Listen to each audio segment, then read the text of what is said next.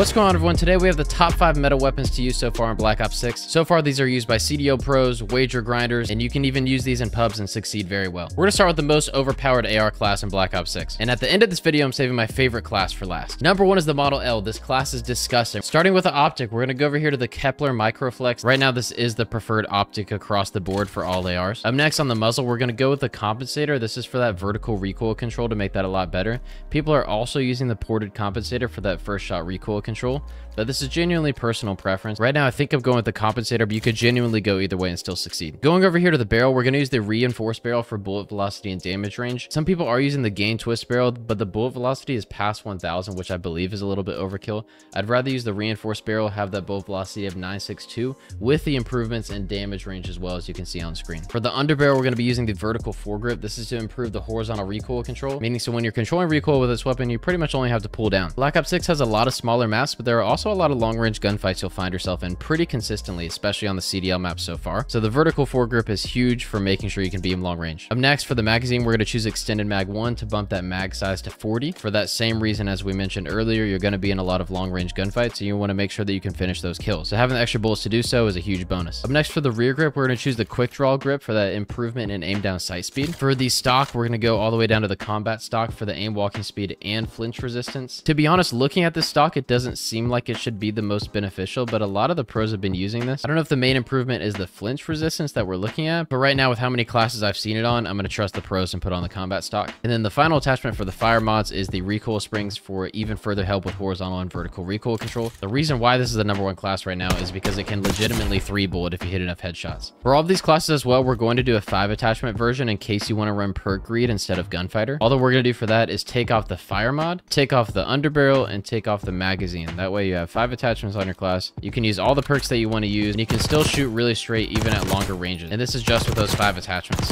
Class number 2 is the Jackal PDW. I'm not as crazy about this gun because of how dominant it was in the beta, but it's still a notable mention because it's a very well-rounded gun, even with its nerf. So starting here with the muzzle, we're going to go to the ported compensator for that first shot recoil control and vertical recoil control. This just helps in general, making the gun shoot straighter. Over here to the barrel, we're going to run the reinforced barrel for help with bullet velocity and damage range. For the underbarrel, we're going to go over here to the Ranger foregrip for help with horizontal recoil control and an improvement in the sprinting movement speed. You're already running an SMG, so why not be faster while also shooting straighter? This is a very well-rounded underbarrel to use for this gun. Over here to the rear grip, we're going to choose the ergonomic grip for help with aim down sight speed, dive to fire, and slide to fire speed. And then the final attachment that we have here is the balance stock for help all across the board with movement speed, aim walking movement speed, hip fire movement speed, and strafing movement speed. And as you can see, taken to the firing range, it shoots very straight, kills very fast up close, and can even beam at middle and longer ranges if you decide to take those shots. And that does it for class number 2, the Jackal PDW, and class number 3 is the GPR 91. And how we'll start with most of the ARs is with the Gunfighter class, so we're going to go with the Kepler Microflex like we have previously. On the muzzle, we're going to go to the ported compensator for that first shot recoil control and vertical recoil control. Over here to the barrel, what we're going to choose is the reinforced barrel, again for the improvement in damage range and bullet velocity. The bullet velocity is a little bit lower at 876, but still good enough to perform at pretty much all ranges. Up next, the underbarrel, that vertical foregrip, again for horizontal recoil control. The magazine, we'll use extended mag 1. For the rear grip, we're going to choose the quick draw grip for that aim down sight speed improvement. For the stock, we're going to use the balance stock for more movement speed, hip fire movement speed, strafing movement speed, and aim walking movement speed. Very well-rounded stock for this class, as it's going to be a little bit faster. And then the last attachment for the fire mods is the recoil springs for horizontal recoil control and vertical recoil control. Taking this into the firing range, where this gun excels is in its handling and the fact that it can shoot very straight. But you'll see even my slide to fire speed and whatnot, it's very, very quick with this gun. As of right now, this is kind of a do-it-all weapon, especially as we're learning the maps. This gun is better for all ranges, so if you're a mid-range player and trying to play fast, this might be the AR for you. And before we're done with the GPR 91, we're going to go over the 5 attachment build that you use if you use Perk greed. I would take off the fire mods, take off the rear grip, and take off the extended mag. And now that does it for the GPR 91. Class number 4 is the XM4. Per usual, with the optic, the Kepler Microflex. Over here to the muzzle, we're going to scroll down to the ported compensator, again for first shot recoil control and vertical recoil control. Barrel, we're going to reinforced barrel for damage range and bullet velocity. A lot of these you're starting to notice are pretty similar. For the underbarrel, again, vertical foregrip for horizontal recoil control. Magazine, extended mag 1. For the rear grip on this one, we're actually going to use the commando grip for well-rounded aim down sight speed and sprint to fire speed. Over here to the stock, we're going to scroll down again to that combat stock for the flinch resistance. And then the final attachment is going to be the recoil springs for horizontal recoil control and vertical recoil control. Taking this gun into the firing range, it legit feels like it does not move from a recoil standpoint.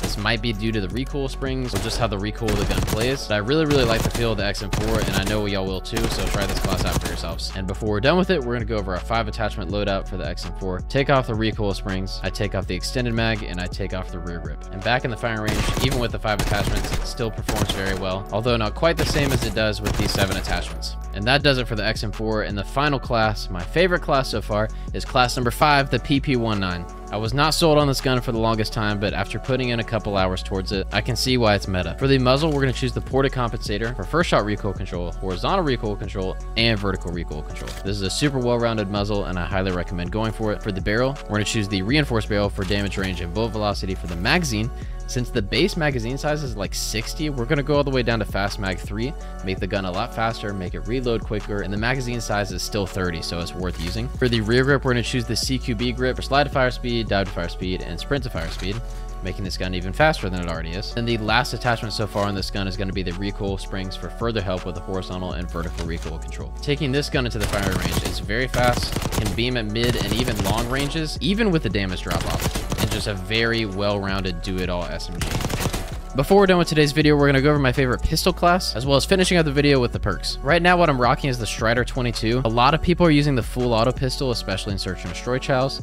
The reason I like this one more is because it's actually faster in terms of its movement speed. You'll see on this pistol, the sprinting movement speed is 6.8, where on every other pistol it's 6.7. It's not a huge difference maker, but the pistol still performs, so you might as well be faster while you're doing so. The rest of the class is here. We have the ported compensator on the pistol for that first shot recoil control, the reinforced barrel for damage range and bullet velocity, fast mag 2, this is for aim down sight speed, reload quickness, and sprint to fire speed.